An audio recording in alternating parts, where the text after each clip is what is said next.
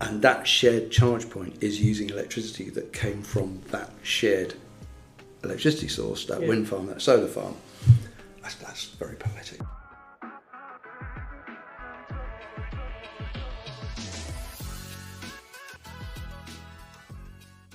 The why of CoCharger is that people who can't charge EVs at home aren't buying EVs. And the data is pretty clear that even over 5 years, when public infrastructure's got massively better, the needle hasn't really moved, and it's clear that they need, the people who can't charge at home need a lot more than just good public charging. They don't consider it a replacement for home charging.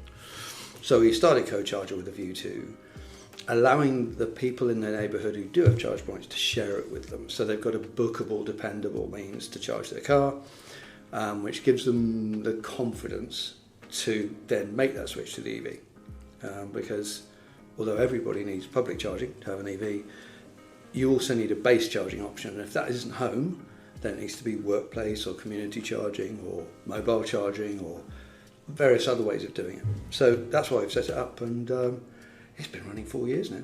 I think there are so many things with climate action where you can link up these just like fantastic solutions that can work really well together, but also that make people really proud and feel part of like this community of people who are actually doing something. And I think in terms of it being a barrier for people who can't charge at home, I think there are so many bits of, green tech that are great if you own your own home, if your home is a house instead of a flat. And I think it's really, really important to make green climate tech much more accessible to people who don't own their own house with a roof and a drive. And if we are going to get to really high penetrations of EVs, high penetrations of renewables, it has to work for a much, much wider range of people than the kind of standard demographic of a house with a drive and all the other stuff. Yeah, exactly. Well, I'm one of those. I live in a 4th floor flat, and I don't own the roof.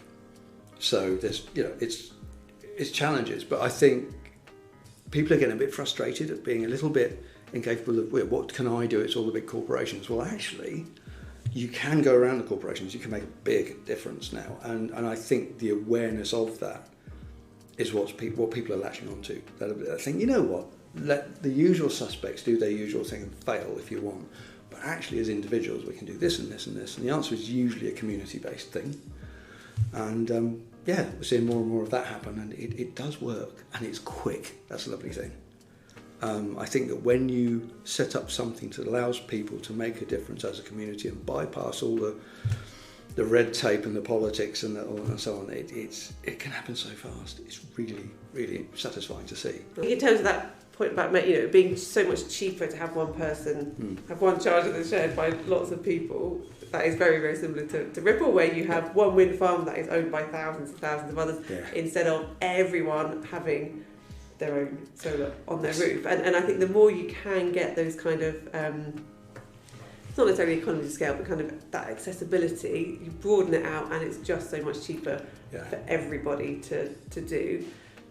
There are these kind of synergies between all these kind of different new concepts that are emerging in the market, whether it's sharing a charger, whether it's sharing a wind farm. There are so many different possibilities and new ones coming all the time, which is really really exciting. And the really simple entry point, I think, is very important. We get lots of very good feedback from users, and we'll be putting it into another version, but I think it's the same thing with the Ripple thing, where it's like, look, here's what you'll get out of it. All you do is this, and it's not a huge amount of money, and it just works. You do all the clever stuff behind. I still don't know how you've done it, but you've done it, and it just works. And I think that's the important thing with sharing as well, is getting over that initial hump and saying, actually, if I help one neighbour to not buy a petrol car, which they'll keep on average for 6 years, that's 15 tonnes of CO2 avoided, and quite a lot in terms of air. And it's the same with you guys. If you get these people to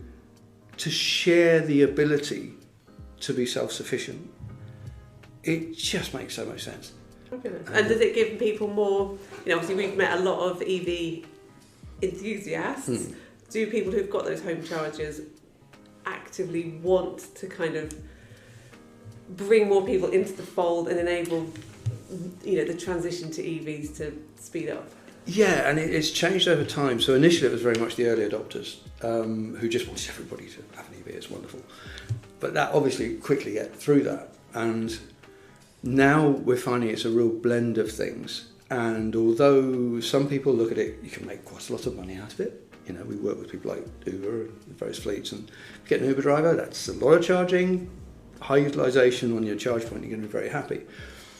But there's also the air quality piece is very important to them. Once you've, a bit like ex-smokers, once you've given up your fossil fuel burner, you don't want your neighbours burning fossil fuels around your kids or whatever. We went from startup to I think we're now the second biggest EV charging network in the UK. And the reason is, there's 15 times as many private chargers out there as there are public, and the utilisation is under 5%. Yeah. So all you do is let people share those, and boom, you've got a bigger network. So how many people are on the CoCharger network now? Oh, no, you're asking. We're coming up with 6,000 hosts and 20,000, so 14,000 chargees, as we call them. The lovely thing is we're now getting the data that suggests, most importantly, people who would have bought fuel cars have bought EVs instead because of CoCharger. That's which is really satisfying. And in terms of geographic spread, I imagine it would be hard to get a public charger in a village, but it's people in villages who are far more dependent on cars than maybe people in cities that are more able to move away from their cars. We've found that, we're at central London, not so much going on there, but if you go out a little bit into the commuter belt, because it's a mixture of the built-up housing that matters. And also, charger costs £1,000. Yeah. So sharing one between 6 houses makes a lot of sense. And although most of the hosts are individuals with driveways, we're getting a lot of churches, community centres, private dentists. Those people have got that little car park that's totally wasted, usually at the end of Terrace Place. And we're seeing more and more of that. It is that thing about making it really simple. And what we see is roughly about, you've got a third of our members are kind of that early adopter, the other third are kind of, they've made one, they might have an EV, they might have solar, and they're looking for the next thing. But then a third of people, this is their first ever climate purchase that they've made. And we think it's really important that we do make it as simple as possible so that they see, all right, only a bit of a wind farm, oh wow, that's really easy as well. What else can I do? And so we want to be that kind of gateway offering into so many more different kind of climate propositions and offers and services and products. And you can only do that by keeping things simple. If you make it complicated, people will just think, this is way too complicated, I can't get my head around it, it's not for me. We want to show people that actually it can be for everyone. You don't need to understand how wind turbines work, you don't need to understand how contracts work, all of that kind of stuff.